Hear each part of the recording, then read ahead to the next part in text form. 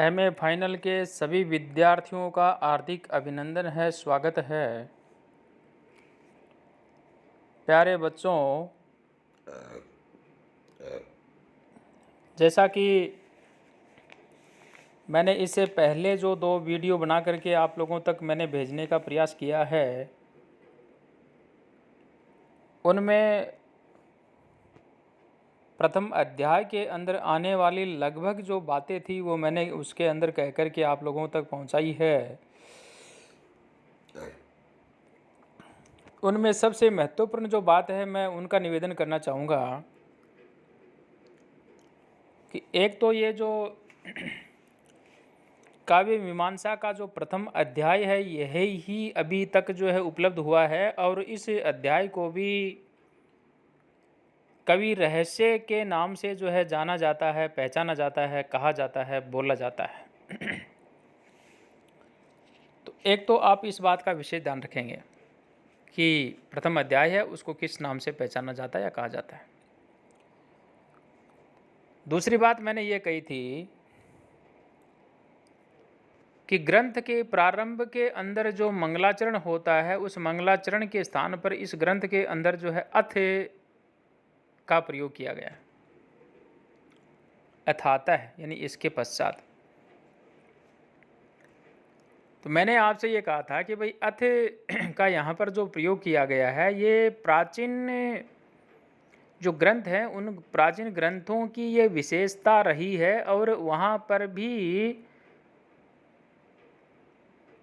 जो बहुत ही मूर्धन्य विद्वान है उनके द्वारा जो है इस प्रकार से मंगलाचरण के रूप में इनका जो है प्रयोग किया गया है। अथ का प्रयोग यहाँ पे किया और यह प्रणव का वाचक है, ईश्वर का वाचक है, ओम का वाचक है, इसलिए अलग से कोई मंगलाचरण की यहाँ आवश्यकता नहीं रह जाती है। ये आपको ध्यान रहना चाहिए। तो प्यारे बच्चों, यहाँ पर राजशेखर जो है वो स्वयं कह रहे हैं, अथातः काव्यम मीमांसी श्यामहे।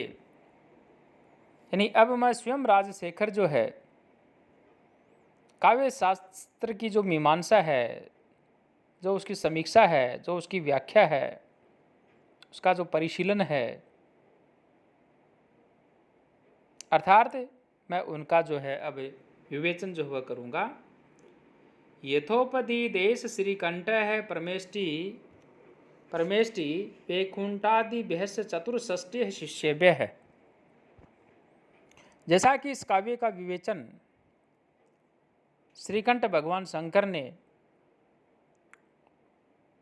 परमेष्टि ब्रह्मा और वैकुंठ विष्णु आदि अपने जो 64 शिष्यों जो हैं उनके लिए जो है किया था। सोपि भगवान स्वयंभूरिच्छा जन्मभ्य है स्वांत वासिभ्य है। और बाद में उन स्वयंभू यानी ब्रह्मा है, जिसको हमने परमेष्टि कहा है, उन्होंने भी अपनी इच्छा शक्ति से उत्पन्न जो मानस पुत्र हैं यानी मरीचि इत्यादि जो शिष्य हैं, उनको इस काव्य शास्त्र का जो है उपदेश जो है वह दिया था। तेसु सारस्वतेयो वृंदी शाम अपि वंदेह काव्य पुरुष आसीत। उन ब्रह्मा के जो शिष्य हैं, उन शिष्यों में देवताओं के लिए भी जो पूज्य है, जो सरस्वती का पुत्र है, यानी वह काव्य पुरुष जो है वह भी सम्मिलित था। तम च सर्व समय वेदम दिव्यन चक्षुषा भविष्यदर्थ दर्शिन है भूर्भुव स्वस्त्रिय वर्तिनीषु प्रजासु हित काम्यया प्रजापति ही काव्य विद्या प्रवर्तनाई प्रायुक्त है। जैसा कि सर्व सिद्धांत वेता और भविष्य में भी घटित होने वाली जो घटनाएं हैं उनको भी अपने दिव्य दृष्टि से जानने वाले, देखने वाले, पहचानने वाले या यूँ कह सकते हैं कि भूत, भविष्य और वर्तमान है, इन तीनों कालों की घटनाओं को साक्षात्कार करने वाले उस काव्य पुरुष को प्रजापति ब्रह्मा ने जो है भूलोक है, भूलोक है, स्वलोक है, उनमें निवास करने वाले प्रजा के कल्याणार्थ काव्य जो विद्या है, उस काव्य विद्या के उपदेश के लिए जो है नियुक्त किया। सोष्टादशाधिकरणम दिव्यव्य है काव्य विद्या स्नातकेभ्य है स प्रपंच प्रोवाच है। तो प्यारे बच्चों, यहाँ पे कहा कि इस प्रकार से 18 अधिकरणों में विभक्त काव्य विद्या का उपदेश जो है विस्तार पूर्वक अपने दिव्य विद्या जो स्नातक है उनको जो है ये उपदेश जो है दिया। और उन उपदेशों के अंदर जो है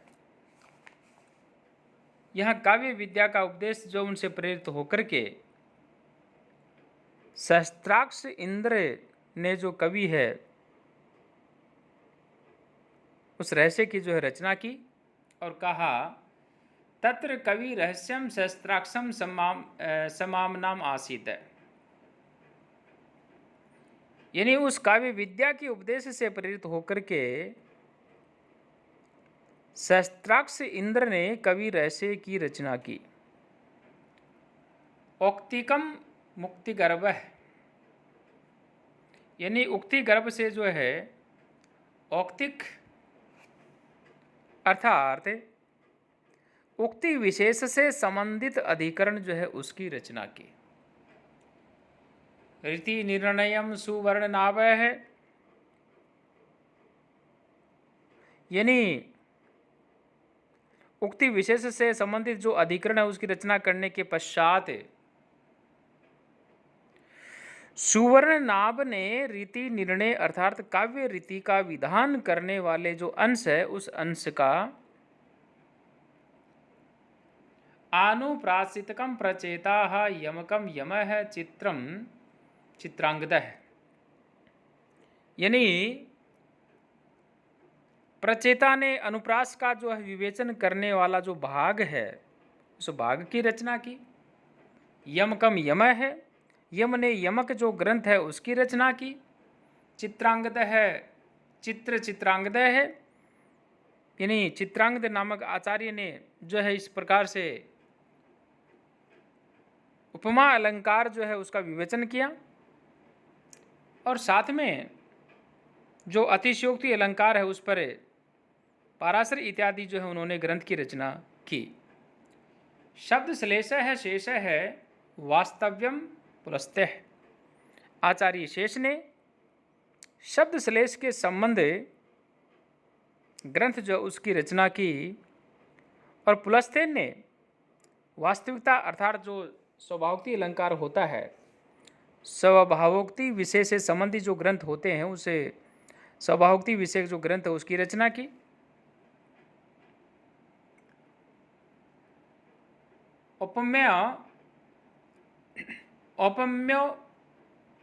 औपम्योपकायन अतिशयम पाराशर है, अर्थश्लेषम तथ्य है, उभय अलंकारिकम कुबेर है। यानी औपकायन नामक जो आचार्य हैं उपमा यानी उन्होंने उपमा अलंकार जो उसका विवेचन किया और वो तथ्य ने जो अर्थश्लेष है, अर्थश्लेषम वो तथ्य है, अर्थश्लेष का जो है विधान करने वाले ग्रंथ जो उसकी रचना की। उभय अलंकारिकम कुबेर है, कुबेर ने जो उभय अलंकार हैं यानी जिनको हम शब्दालंकार कहते हैं, जिनको हम अर्थालंकार कहते हैं, दोनों के ऊपर ग्रंथ लिखा। वैनोदिकम कामदेव है, कामदेव ने विनोद यानी जो हास्य है, हास्य से परिपूर्ण जो अंश है उनकी रचना की। और रूपकम निरूपणीयम भरत है, भरत मुनि ने रूपक यानी जो नाट्य शास्त्र है उसकी रसाधिकारिकम नंदीकेश्वर है, नंदीकेश्वर ने रस विषयक जो ग्रंथ है, उस रस विषयक ग्रंथ की रचना की। तो इस प्रकार से दोषाधिकरणम धिषणाः गुणोपादानिकुम उपमन्युः, यानी काव्य दोषों का विवेचन करने वाला जो ग्रंथ है, धिषण जो है, उन्होंने काव्य से संबंधित जो दोष है उनका विवेचन करने वाला जो ग्रंथ है उसकी रचना की। उसके पश्चात जो है उपमन्यु ने काव्य में गुण का उपादन करने वाले ग्रंथ है उसकी रचना की। और इसके पश्चात जो है औपनिषदिकम कुचमार है,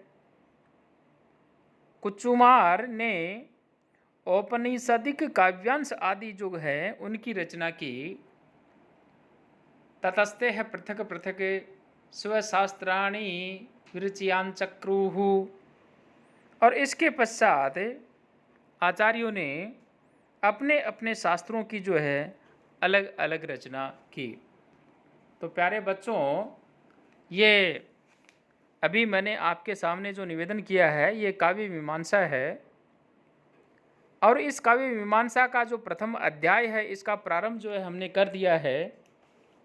मैं सभी विद्यार्थियों से ये कहना चाहता हूँ कि जब भी आपको समय मिले आप इनको पढ़ें, समझें, और जो नोट्स है उनको बनाना प्रारंभ करें। यदि कोई बात आपके समझ में नहीं आती है, कोई शब्द आपके समझ में नहीं आता है, आप ग्रुप में शेयर करें और मुझे व्यक्तिगत रूप से पूछ सकते हैं। मैं समझता हूँ कि सभी विद्यार्थी ध्यानपूर्वक इसको सुनेंगे, देखेंगे, पढ़ेंगे, और जो भी आगे आने वाली जो वीडियो है उनको भी आप पढ़ते रहेंगे। सभी विद्यार्थियों का बहुत बहुत धन्यवाद। जय तु संस्कृतम, जय तु भारतम।